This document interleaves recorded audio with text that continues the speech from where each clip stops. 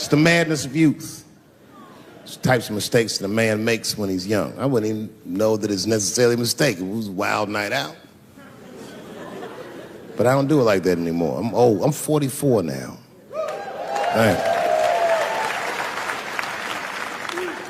It's the first time in my life I've ever started to physically feel my age. It's tough, man. You know how I know I'm getting old? This is embarrassing, but I was in my hotel room. I'm not gonna lie, I was jerking off, and I was really sweating it out. And this is when I knew I was old. I just gave up in the middle, nothing even happened.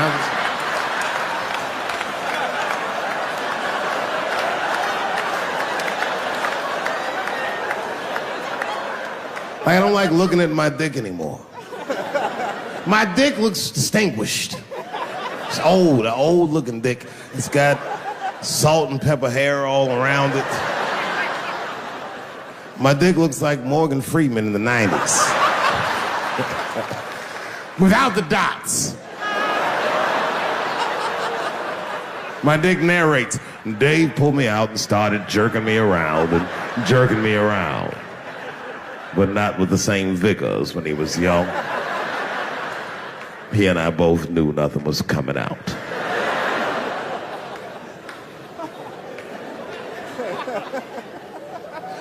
I see my age in my children.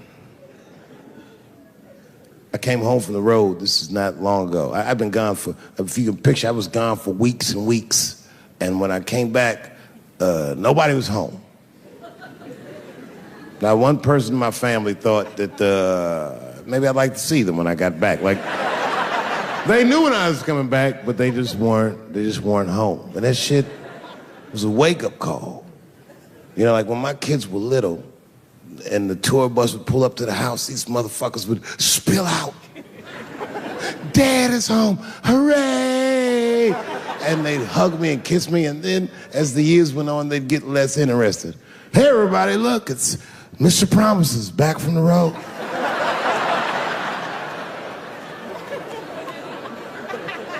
But empty house, that's some cold shit. And I went into my oldest son's room. I was like, hello, hello. He was gone. And I'd never done this to him before, but for some reason I just did it. I just looked through his shit. Just to see who this motherfucker was becoming.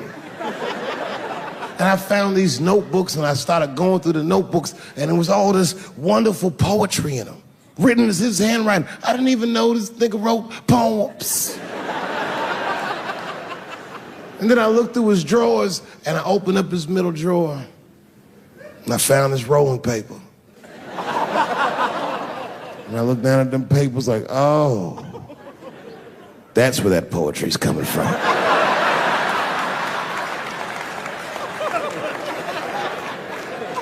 And that shit broke my heart. I mean, I smoked weed, but I mourned my son's innocence. And I cried a little bit. And I took his papers upstairs to my room. Rolled some weed that I'd hid from the family. And I got really high. And then I got paranoid, so I put his papers back how I found them. So he wouldn't know what I was up to.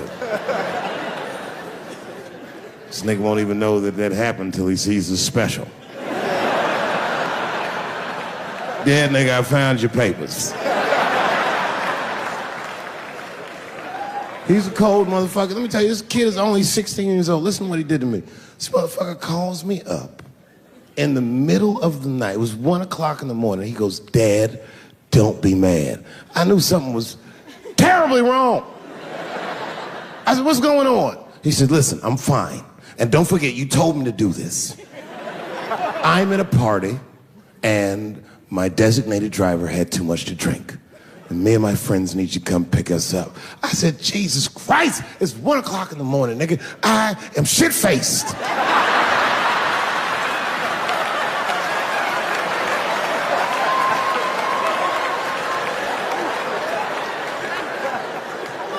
But I figured, fuck it, it's better me than some kid. I might as well roll the dice and go pick my nigga up. I said, all right, I'm coming to get you.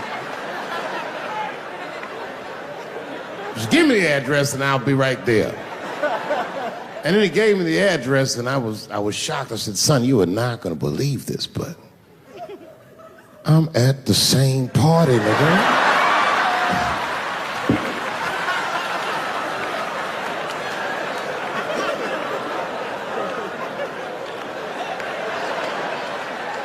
They grow up fast, don't they? Can I ask you a weird question? I don't want to make you feel uncomfortable. You don't have to answer it, and if it doesn't go well, we'll just edit it out anyway. Is it weird to be the only white people in a row?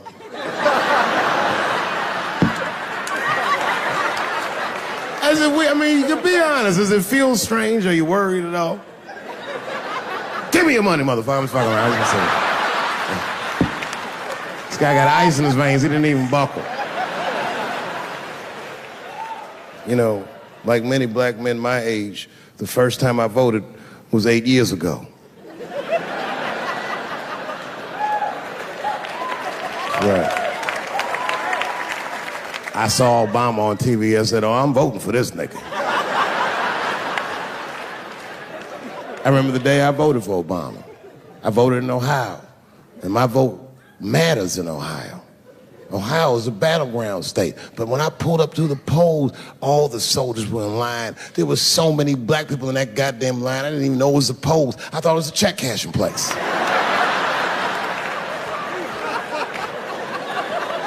We were hugging each other, and old people were singing hymns and spirituals and shit. It was like the OJ verdict times 10 or some shit. I've never seen black people that happy. 8 years later, I'm pulling up to the polls again. This time I'm driving a brand new Porsche because the Obama years were very good to me.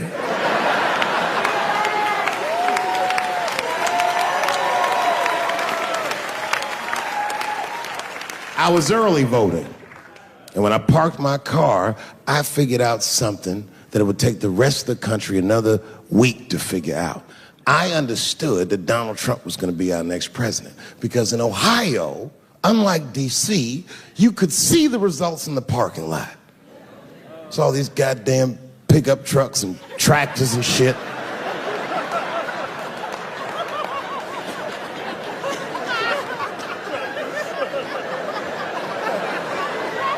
And then I walked up and I saw a long, long line of dusty white people.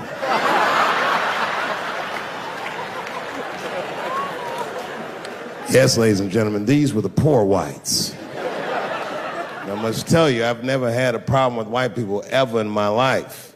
But full disclosure, the poor whites are my least favorites. We've gotten a lot of trouble out of them. And I'd never seen so many of them up close.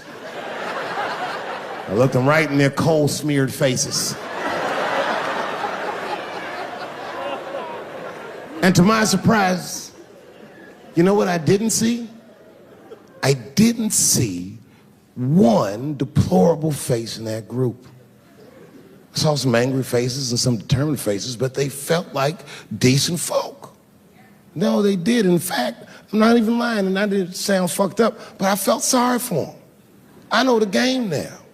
I know that rich white people call poor white people trash.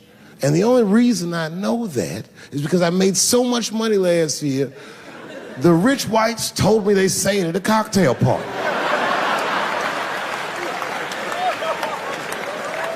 And I'm not with that shit. And I stood with them in line like all of us Americans are required to do in a democracy. Nobody skips the line to vote. And I listened to them. I listened to them say naive, poor white people things. Man, Donald Trump's gonna go to Washington and he's gonna fight for us. I'm standing there thinking to my mind, you dumb motherfucker.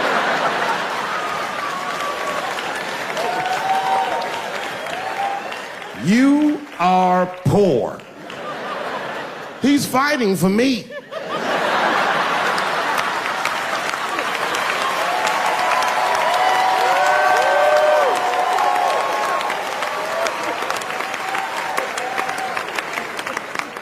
And they all looked at me. They could tell who I was voting for just as easily as I could tell who they were voting for.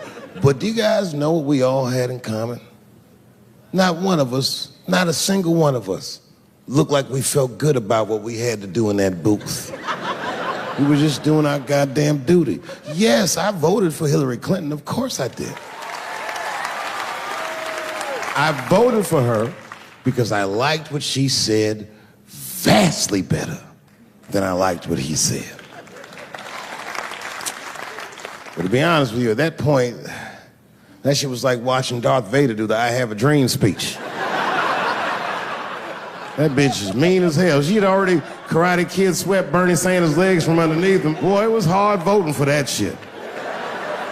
But it was the lesser of the evils. I know you were a Clinton supporter, Miss I. I'm sorry to say like that.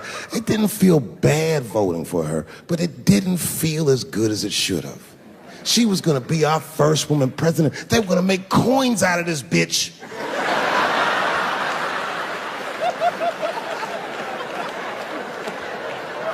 And somehow she just missed the dunk. Of course she should have beat him. Of course she should have beat him. You know what voting for her felt like? It was bittersweet. It felt like I was lucky enough to eat Halle Berry's pussy.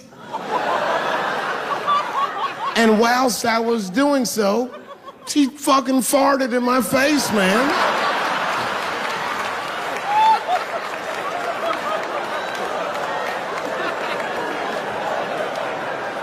And you understand, I'd still do it.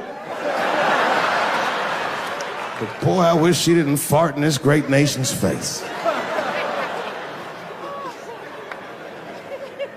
I voted that day, and then that same day I flew to New York City. I had work.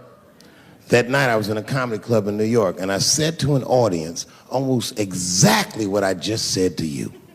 And I didn't know that there was a journalist in the room.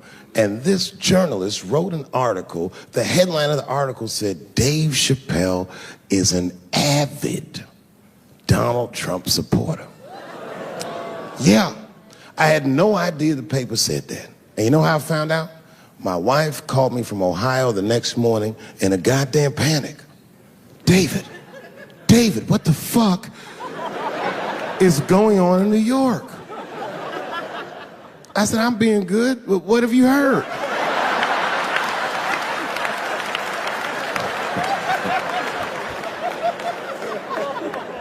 And my wife said, the paper is saying that you're a Donald Trump supporter. I was like, whew.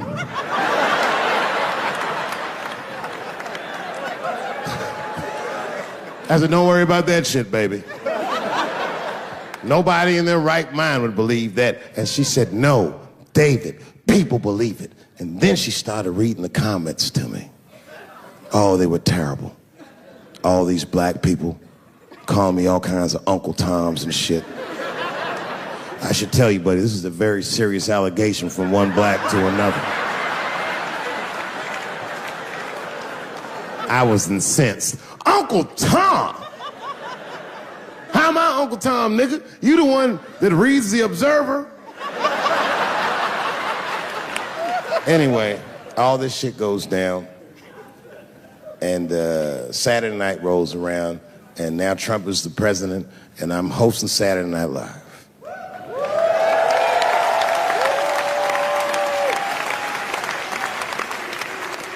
And I didn't really prepare my monologue, I just kind of winged it.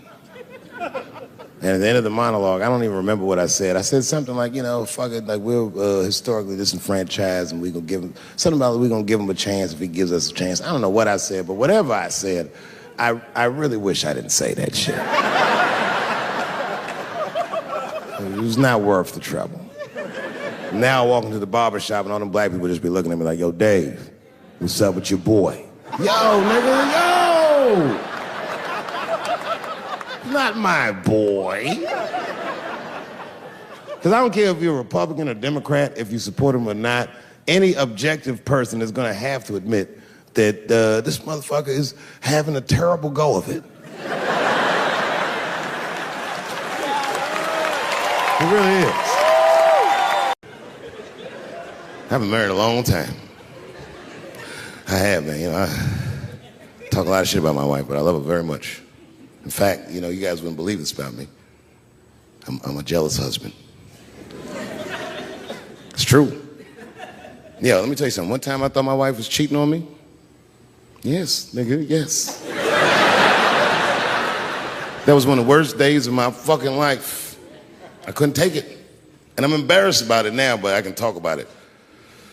You know what I did? It's fucked up, but I did do this. I waited. I waited for her to fall asleep. And when I waited a long time, she's Asian. I couldn't tell if she was asleep or not. I was looking at her.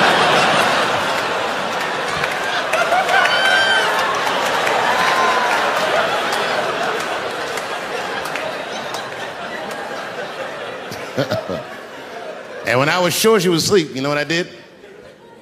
I stole the iPhone, took it downstairs and started trying out passwords to see if I could open it. I couldn't figure out the password. Then I remembered it's iPhone. This shit has facial recognition. I was just like, oh. And that shit opened right up.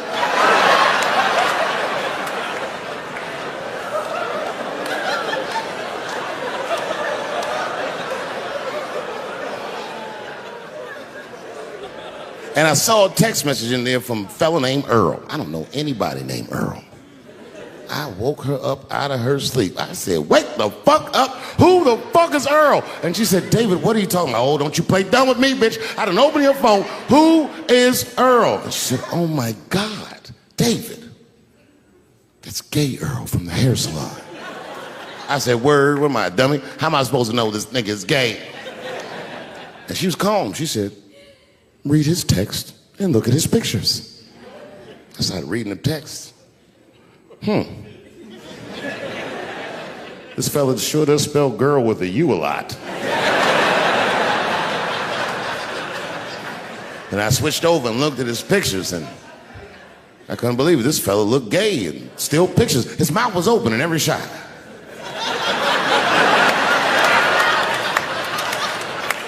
And then I knew she was telling the truth. And then I felt like dumb. I said, I'm sorry. I'm sorry. Okay, I'm sorry. Here, take your phone. I'm sorry. Just go back to sleep. I'm sorry. I guess I just been insecure because all this cheating I've been doing. Good night.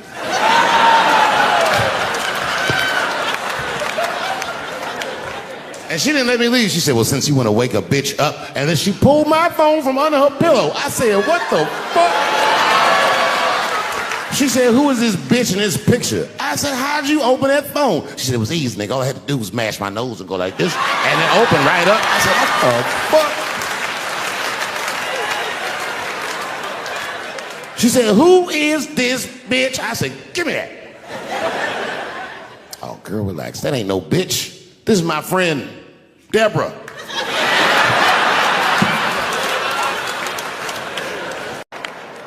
How many people in this room are not originally from the United States? My round of applause. Where are you from, bro? You right there. Iraq. You're from Iraq? Ew. I was fucking around. How long have you been here in this country? 23 years. 23 years? Are you a citizen yet? You are? Congratulations, nigga. Congratulations. Well, welcome to this great land. You know, I'm going to give you a history lesson because I'm sure this wasn't on your entry exam. But every naturalized American has heard something about what I'm about to tell you. A picture is the early 50s in the United States.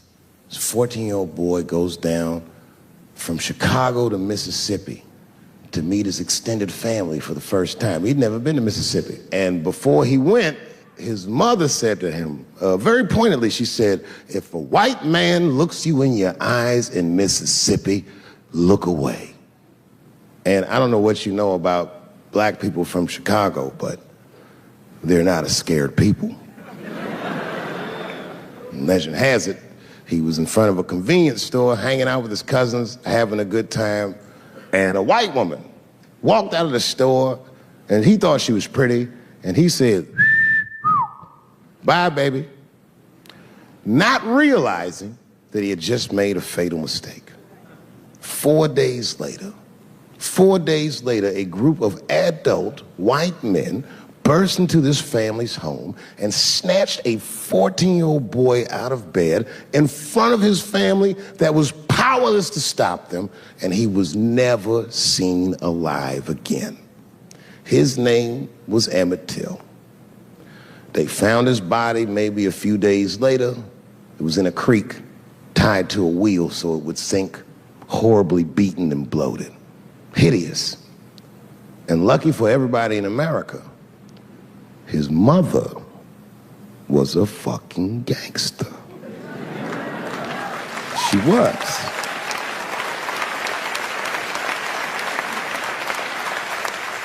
If you can imagine, in the very midst of a mother's worst nightmare, this woman had the foresight to think about everybody. She said, leave my son's casket open. She said, the world needs to see what they did to my baby.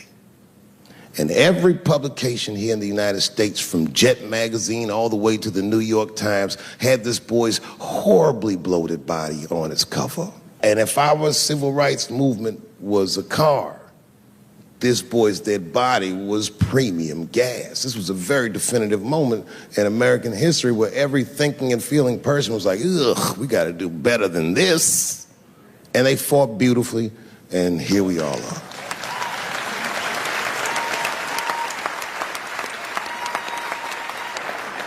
And the reason that I bring that up tonight and why it's relevant now is because less than a year ago, the woman that he allegedly whistled at admitted on her deathbed that she lied in her court testimony. And you can imagine when we read that shit, we was like, ooh, you lying ass bitch. Was furious. But that was my initial reaction. And initial reactions that we all learned as we get older are often wrong or more often incomplete. They call this phenomenon standing too close to an elephant. The analogy being that if you stand too close to an elephant, you can't see the elephant. All you see is its penis-like skin. You gotta step back and give it a better look. And on stepping back and thinking about it for a few moments, I realized that it must have been very difficult for this woman to tell a truth that heinous about herself at any point in her life, even the very end. And I was grateful that she had the courage to tell it before she left this world, because it's an important truth and we needed to know. And I said to myself, well, thank you for telling the truth, you lying ass bitch.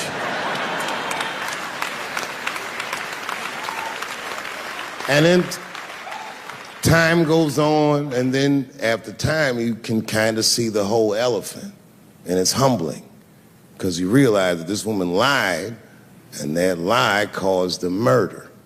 But that murder set in motion a sequence of events that made my wonderful life possible, that made this very night possible. How could this be that this lie could make the world a better place? It's maddening.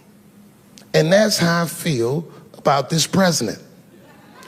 I feel like this motherfucker might be the lie that saves us all. Because I have never felt more American than when we all hate on this motherfucker together.